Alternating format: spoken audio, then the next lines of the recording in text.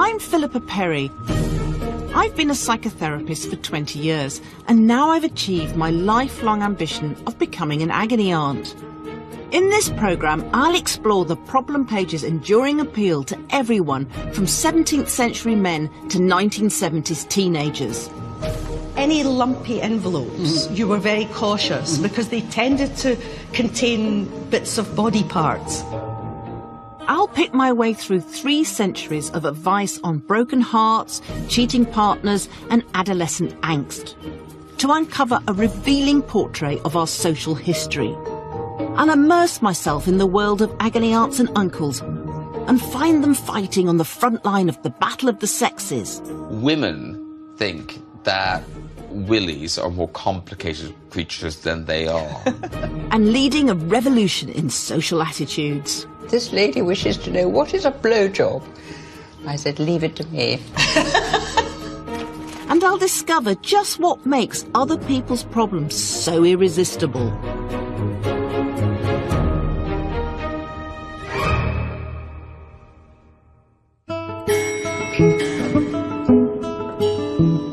I'll give you the email address. So it's thismorning@itv.com.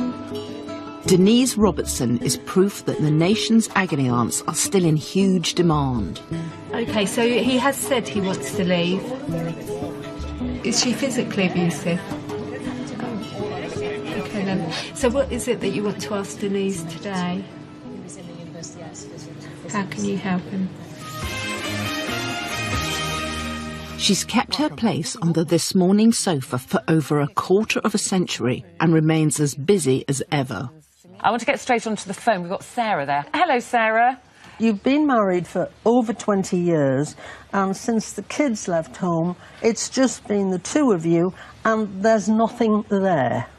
The only Denise conforms to all our stereotypes about what an agony aunt is. She's older, wiser, and is full of common sense and gives the answer that you sort of expect to hear and want to hear. If you ever were happy, then it's worth exploring whether you can get that happiness back again. Find out if there's any mileage left in the marriage before you decide to go. If Good advice is what you know anyway and might not have put into words. Well, Denise certainly puts it into words. TV agony aunts like Denise may be a relatively recent phenomenon, but advice columnists have been around a lot longer than one might imagine. The problem page began life in the coffee shops of late 17th century London. Aside from their wheeling and dealing, gentlemen readers still found time to revel in other people's agony. The earliest advice columns proved unputdownable because just as today, they were the perfect place to confess unsavoury secrets. Dear Sir, I addicted myself to a most grievous sin. Although I refrain from the commission of it when I am awake, in my dreams I commit it and take pleasure in it. I desire your opinion whether it is still a sin. The very first agony aunt wasn't an aunt at all. He was an uncle. John Dunton, a London bookseller, in 1691 founded the country's first problem page, the Athenian Mercury, a periodical made up entirely of questions and answers.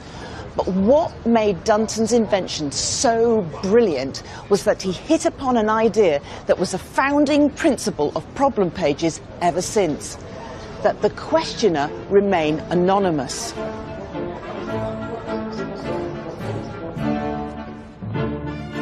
To help him in his pioneering work, Dunton founded the Athenian Society, a panel of the great and the good, all men naturally, who passed down their judgment on readers' problems.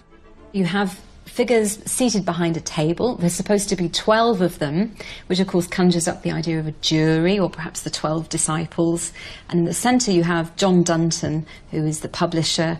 He is gathering up the questions that men and women are sending to him and his friends in a coffee house.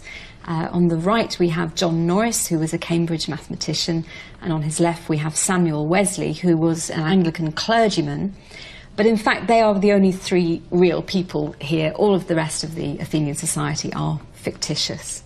So basically, it's John Dunton and a couple of mates in a coffee shop, but the way he's promoting it, it's a very canny marketing ploy, isn't it? It is, and it captures something of the spirit of the times, and it becomes a really national phenomenon. People send in questions from all over the country. And underneath them, what's this lot supposed to represent? So this is the kind of mass of ordinary labouring people, men and women, but this is definitely a picture of disorder among the lower orders. So you have the woman and she's trying to stab her husband, and he's crying, "Help, help, noble Athenians." What sort of questions were they answering?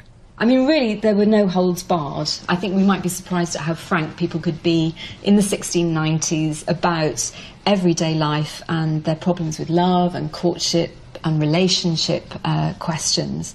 We have a lady here who's asking, where is the likeliest place to get a husband in? Where should she go to find a man? I really want to know. Yes, well, they do recommend that 'tis likeliest place to get a lover where there are the fewest women, and accordingly, if she'll venture to ship herself to some of the plantations by the next fleet, if she's but anything marketable, 10 to 1, but one or another there will save her longing. Right. And, you know, this is what some women were doing. They were going off and forging new families overseas. And it's said that if you want a man, the best place to go is Alaska. Even today. Today, yes. And then you get these wonderful questions that children might ask about everyday occurrences. So there's one here about a horse. Why a horse with a round fundament emits a square excrement? Is it so? Is a horse's excrement really square? It makes you look twice. And then it goes into a great long quasi-scientific discussion about the oblong cakes. Oh! People were quite upfront, really, about bodily functions. So I see in this one, sphincter, anus, orifice, it's all coming out in the horse's excrement question. There's no squeamishness. That's a really interesting feature of the 17th century, I think.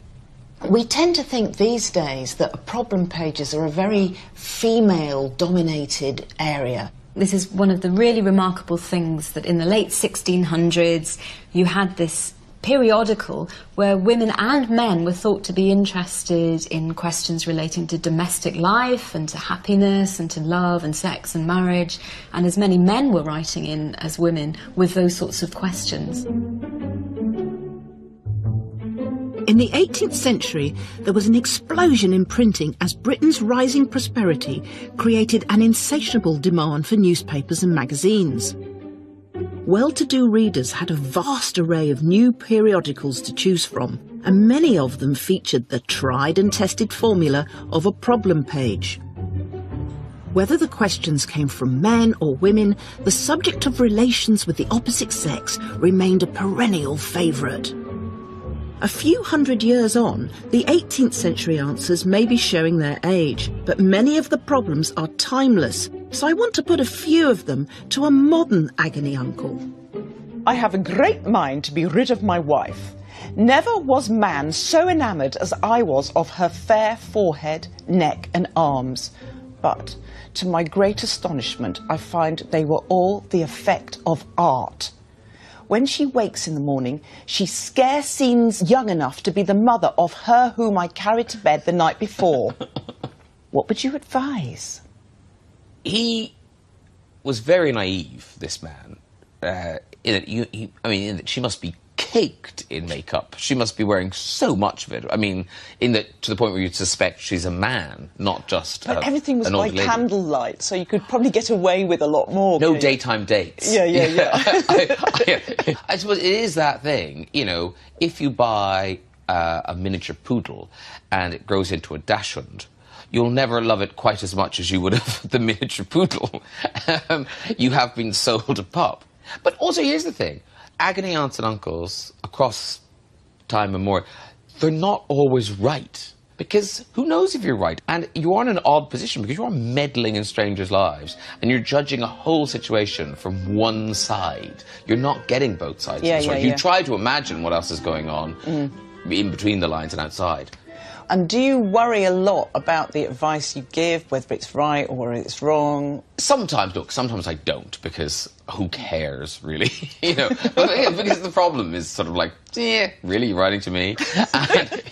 Do you think being a man makes any difference to being an agony aunt? With women, you can give them a male perspective on this, because I think women overthink men far too much, and they think that men are thinking when they're not. They're just doing. Most men get into trouble through their wallet or their willy. Yeah, willies do lead their poor owners astray rather a lot. They really, really do. That's the problem. I think women think that willies are more complicated creatures than they are. So don't feel too bad when it ends up somewhere else. Oh, really? Well, you will feel bad. Of course, you're devastated. But, and trust is the worst thing. I mean, to try and rebuild trust. Yeah, yeah. I never know really what to tell people. I just always go, well, maybe over time. Really, I'm thinking, nah. That trust is not coming back.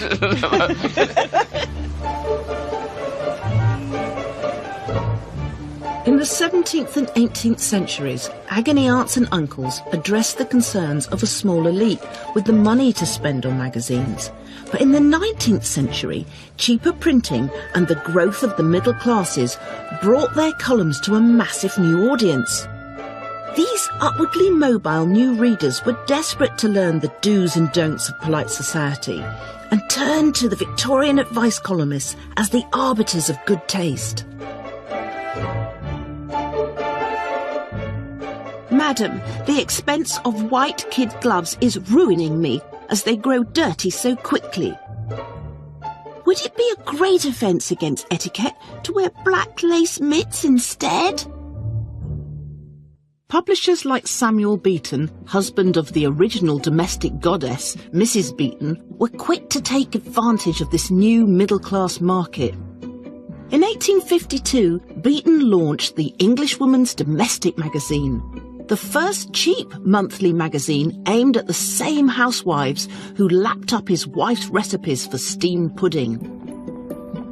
Beeton was the magazine's editor and agony uncle, answering the usual queries about manners and morals.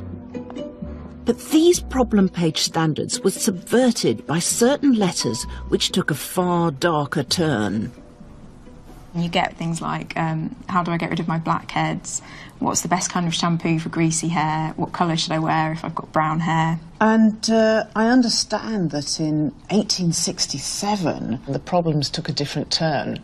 Yeah, so in 1867 something called the corset controversy started with an innocent letter from a lady from Edinburgh. She sent her daughter away to school and didn't see her for quite a long time, and when she saw her again, her daughter had been tight-laced, which is put into an extremely tight corset to alter the figure permanently. And she was really annoyed that this had been done without her permission, and this kind of started a huge series of letters that went on for at least 2 years. Almost every month, people saying that they were either for or against corsets, and mostly it had to be said they were for them. So in the very next month, you get this letter from somebody who calls himself Staylace, because everyone has a pseudonym in this.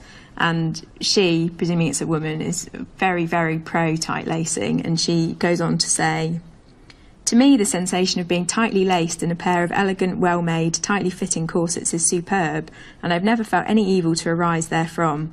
I rejoice in quite a collection of these much-abused objects in silk, satin and coutil of every style and colour."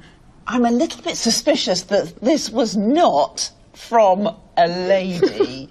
I've got a feeling this is from a gentleman who was turned on by the Edinburgh letter and now feels that this is like a confessional of his very, very private life. Yeah. Because he's obviously a transvestite.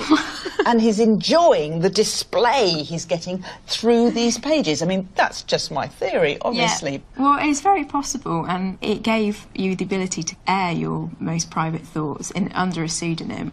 You quite often get men writing in saying, "I'm very interested in the corset question, can you tell me more?" I bet you did.